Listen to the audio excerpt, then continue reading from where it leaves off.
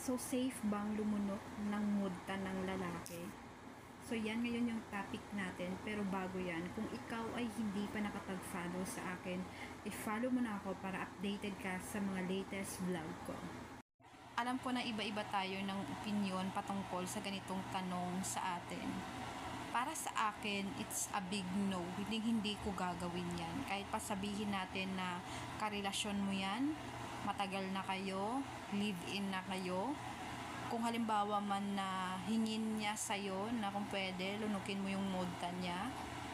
Kung sa akin yan mangyayari, hindi ko gagawin yan. At saka yung mga ganyan kasi guys, yung paglunok ng mudta, gawain lang ng mga Becky yan. Pero di ko naman nila lahat pero mostly ng mga Becky ganyan yung ginagawa. Nilulunok nila yung mudta ng mga kung sino yung nangbebembang sa kanila.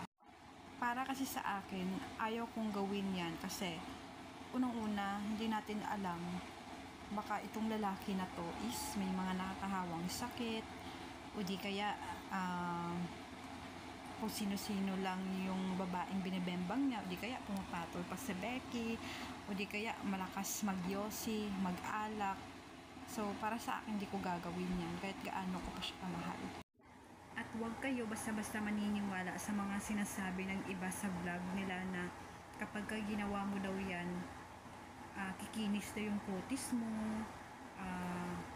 magbo-blooming ka daw.